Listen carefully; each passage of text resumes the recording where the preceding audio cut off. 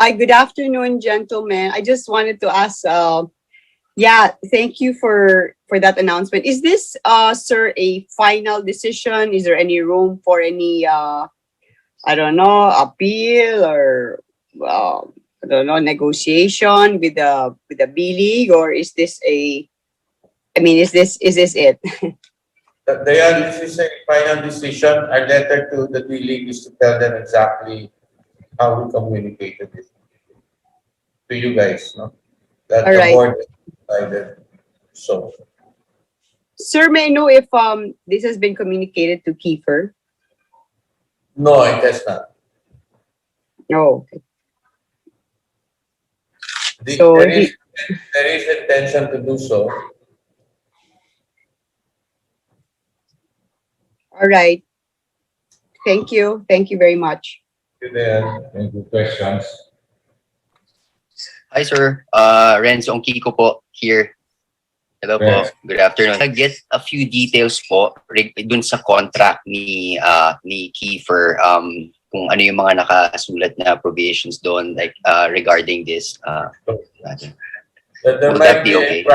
there might be a privacy issue there if we disclose the contract. So we'd rather Completely be understood, sir. safe about it. Yeah.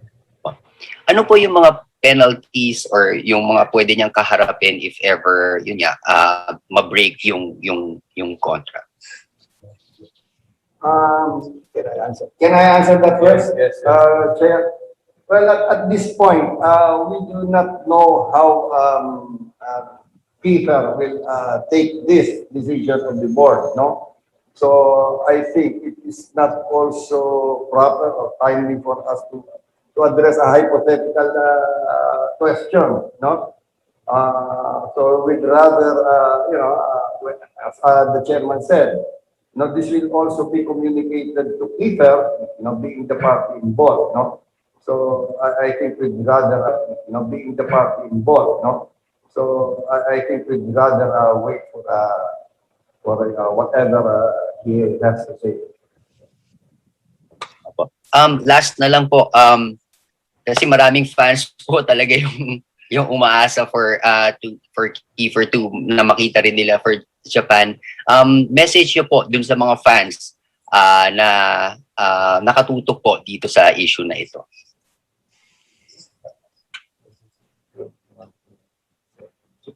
Message sa mga fans, alam naman namin na talagang gusto nila, gusto din namin, pero may kontrata tayong sinusunod. Basic lang, di ba? Sorry may kontrata so talagang hindi natin pwedeng palampasin yun. Renz. And you know, Right. the breaking the rule of contracts or the rule of law at this point in time is going to be very difficult precedence to not only for us, the PBA, but as well as for FIBA. No? FIBA is also very strict about adhering to contracts, no? and SBP. And it is such a big precedence even in amateur sports where movement of players are subject to the rules of the league. Yeah? When you talk about UAP and NCAA, they even have sit-out periods. So that's the consequence of making a handshake. So I understand where the fans are coming from, and Kiefer hopefully will stay with us. Mapapanood nila si Kiefer maglaro sa PBA, and we're doing all we can to have a conference at the PBA. No? And we're still on track to do a 2 conference at the PBA. Thank you very much, Com. Thank you very much, Chairman. Thank you very much po, Vice Chairman, sir. Salamat. Jerry Ramos. Jerry. Good afternoon. Good afternoon, Commissioner, Vice Chairman, and Chairman. Sir, clarification lang po. Ibig sabihin, pumirma na ng may kontratang pinirmahan si Kiefer with this Japanese ball. Jerry, that part we have not seen factually, no? Mm. That he signed the contract. Nabasa ko lang yan sa press din, di ba? And nabasa ko rin yan sa announcement ng Japanese team. Mm. So we will have to seek clarification on that. What we are ruling on is can he break contract?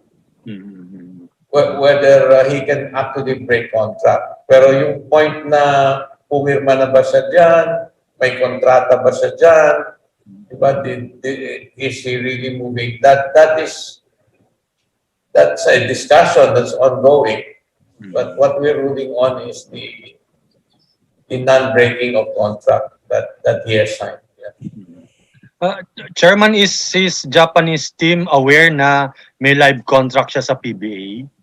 We will inform them this afternoon via a letter, and as the Vice said, it's going to be very factual, and we will inform them this afternoon that he does have a live contract with us.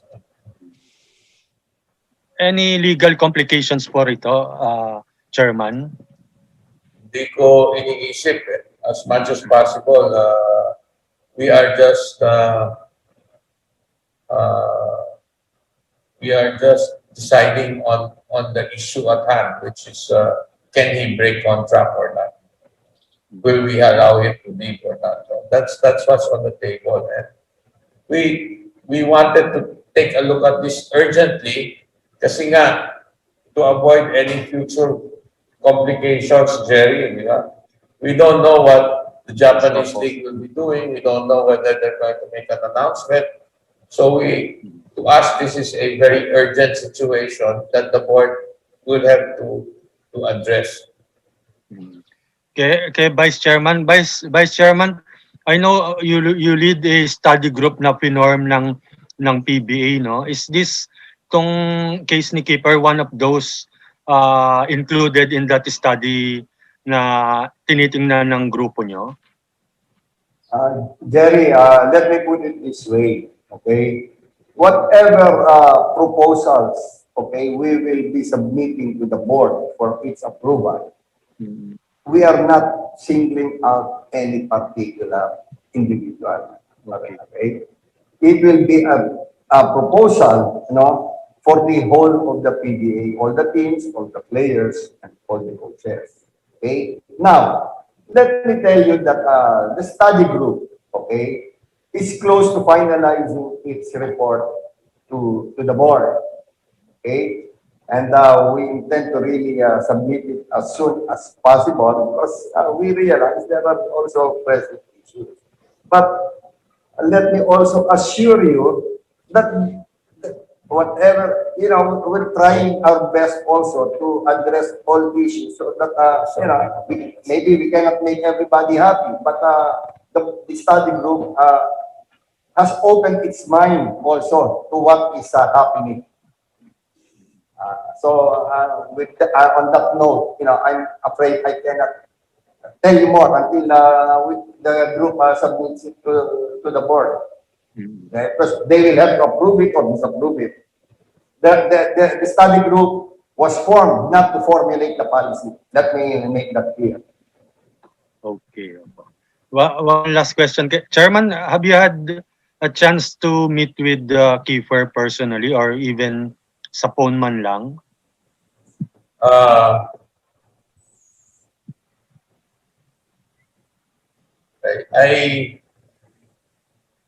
Yes, I have spoken to him. I have also spoken to his father. With Kiefer, it was an exchange of text messages. With his father, it's been a conversation. But I'd like to keep that between us, whatever we discuss there between us and private. Okay. Appreciate it po, Chairman and Vice Chairman. Salamat po. Thank you. Thank you. Thank you. Jerry. Sir Ruben? Yes po. Good afternoon po, Chairman and Vice Chairman. Good afternoon. Chairman, during the discussion po ba, nagkaroon po ba ng meron po bang nagkaroon ng parang chance na parang kumbaga yung stance nyo is to allow Kiefer? Nagkaroon po ba ng ganun sa point of discussion, or medyo firm po kayo on your decision to yun nga na dapat i-honor ni Kiefer yung kontrata niya? Hindi naman, who is that? Si Ruben. Ben. It was a discussion, no? It was not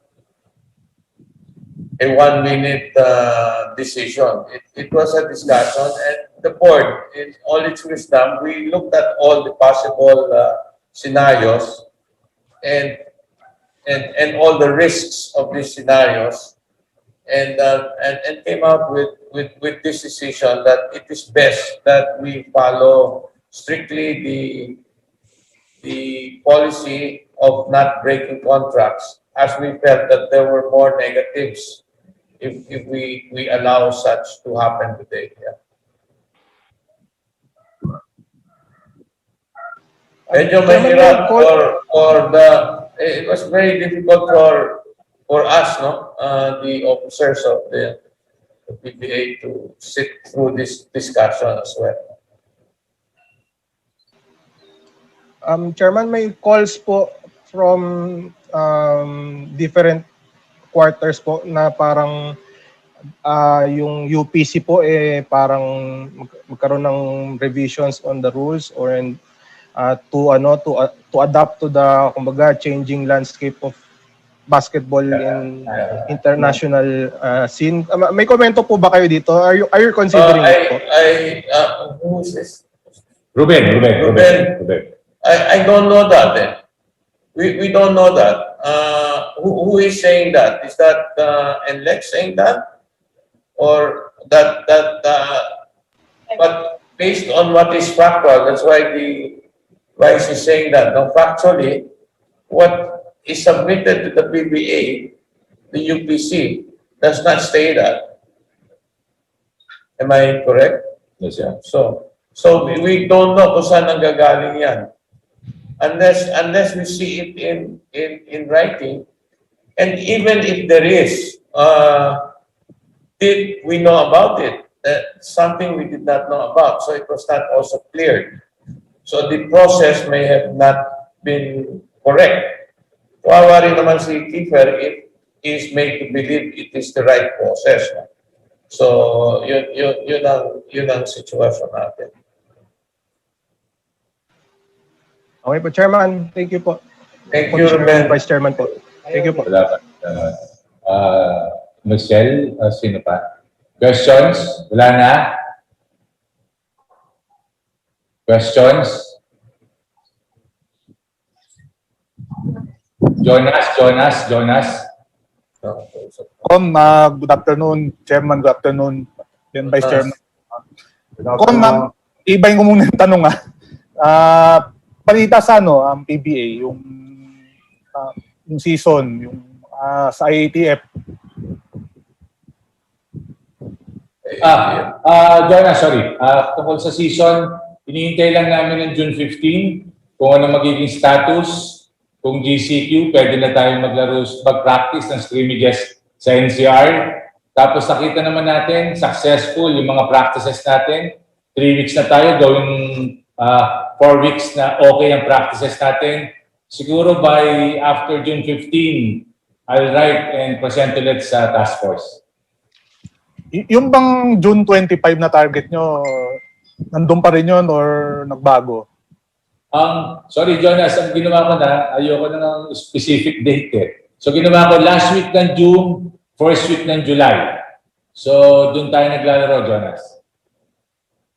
Tsaka to anyone, balik lang kay Keeper, is this, itong sitwasyon, is this something na in the future pwede yung pag-usapan ulit in detail na dahil unprecedented tong ginawa ni Keeper, like let's say possible rule changes or whatever, open ba kayo sa ganon in the future? Jonas, Jonas. Jonas, good afternoon. No? Let me just say that there are several issues that the study group has been trying to address. No? And, you know, we are dealing here with all sorts of contracts, no? I cannot go into specifics kasi, until we're able to present this to the board, no? I hope you understand, no? Kasi baka ma-misinterpret, no? So, but we are trying to address difficult issues also. Let's put it that way. Okay, thank you po. Okay, Jonas. Thank you. Salamat, Jonas. Questions? Wala na? Questions? Jerry Ramos ulit. Jerry Ramos. Are you going to talk to Kiefer after this? Ako mismo kakausap kay Kiko. Pero previously, did he ask for your advice or any words from you about his decision? Nag-usap kami nung Monday or Tuesday. Informal, nagbibiroan pa kami. Pero sinabi ko agad sa kanya, Kiefer, hindi talaga pwede ko.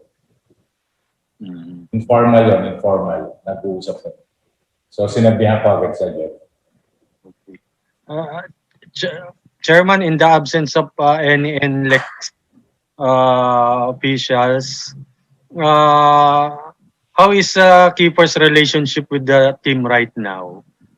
Balita ko ngayon, nasa practice siya ng NLEX eh. So merong video, di ba? That he's working out with NLEX. So should be okay, di ba?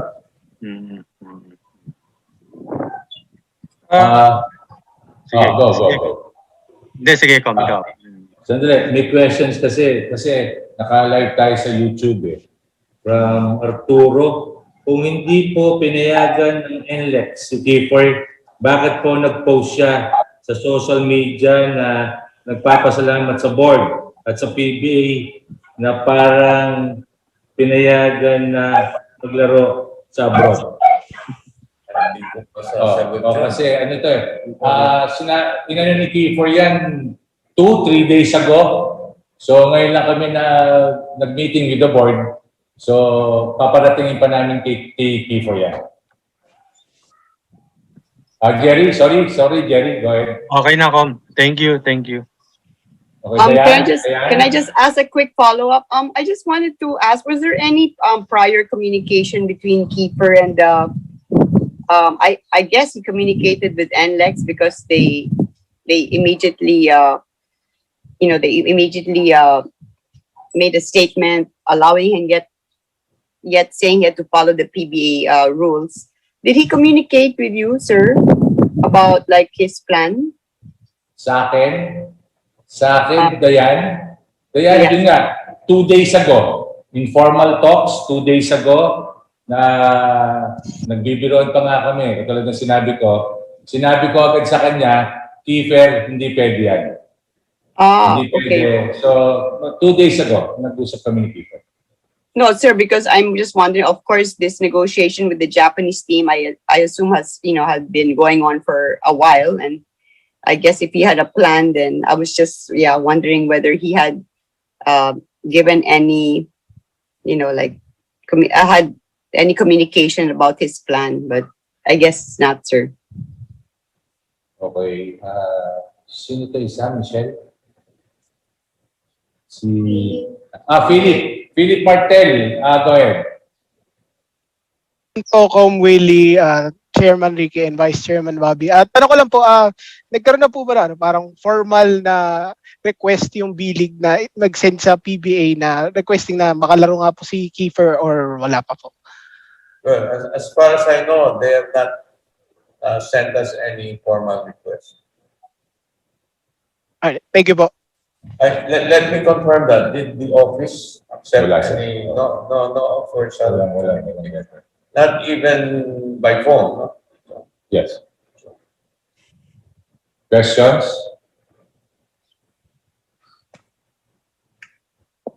Questions? Denison. Can you hear me? Go pare, go.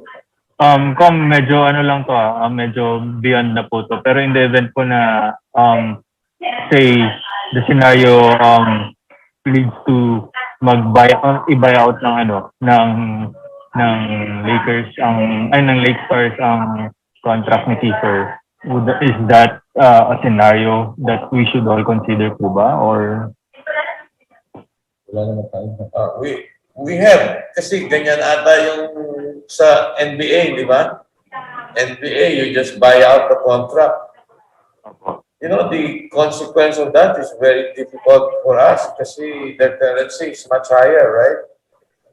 And they can buy you up anytime. So, we were a little bit more careful in discussing that matter if we would allow a foreign team to buy out a contract of a player. At saka meron Chairman, tayong, thank you. Thank you, sir. meron tayong cap, no? And that's very... Questions? Okay po. Thank you po. Thank you po. Salamat, Denison. Questions? Ruben ulit, Ruben?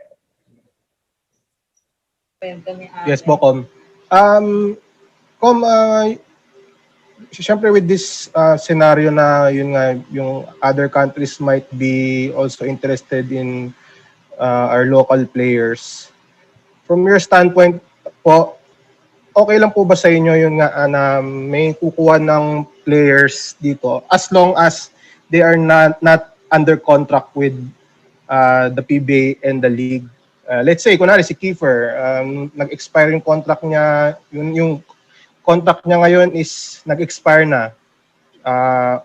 Okay ba siyang to yun nga, yung opportunities outside, pwede ba niyang i-consider yun when he becomes a free agent?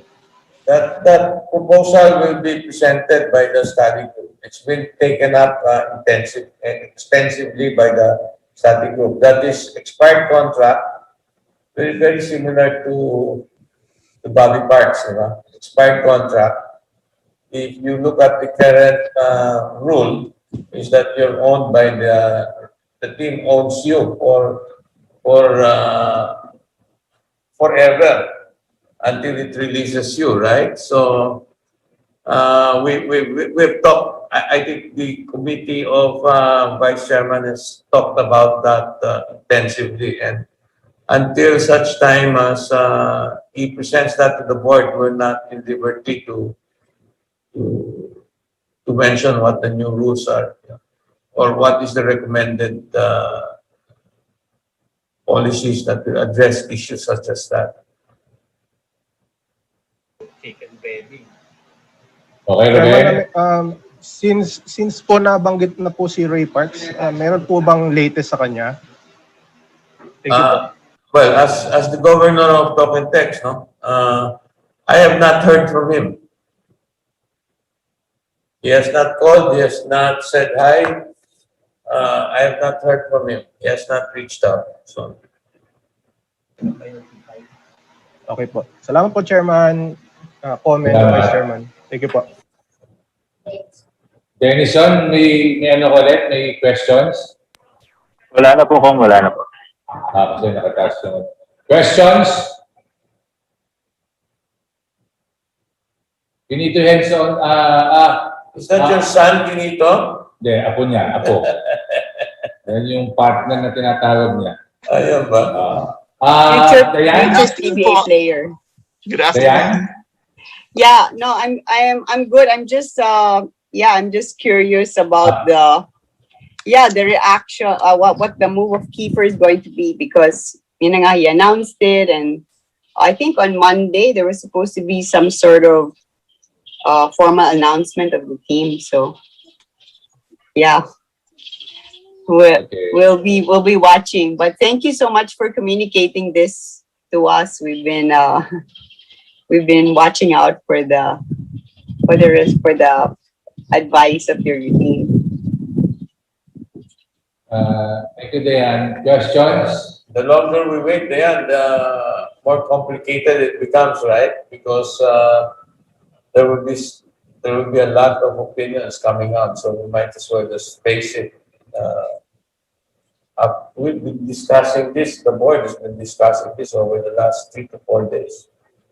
Yeah. Very interesting. Any more questions? Wala na.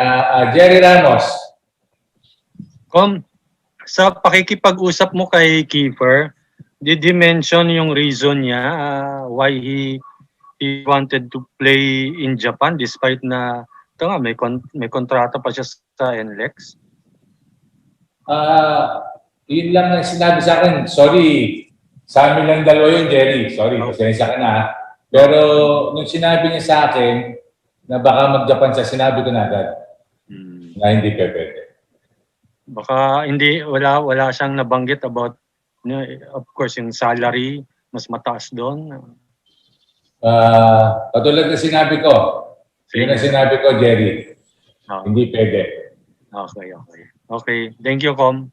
Salamat. Questions? Wala na? Wala na? Okay. Maraming salamat. Thank you, Chairman. No, thank you very much. You know, it's I know for the fans of Kiefer, this is a letdown, no? But after looking at everything, the board thought that the PBA also will have to be protected, and it's not a PBA rule per se, because PBA wants it to be done. It is also a rule that is adopted by FIBA and honored by our Constitution and the Philippine laws. So we thought that it is best to do this at the moment during these times in the history of our association. Vice? Maraming salamat naman sa inyo. Sana maintindihan ng mga fans ni Peter, maintindihan ninyo lahat. Diba? But yung decision naman ng board, may basis. Hindi naman arbitrary. Maraming salamat again sa inyo lahat. So, salamat ulit. Sorry sa konting panahon, pero maraming salamat sa inyo. At magandang araw. Mabuhay kayo. Thank you.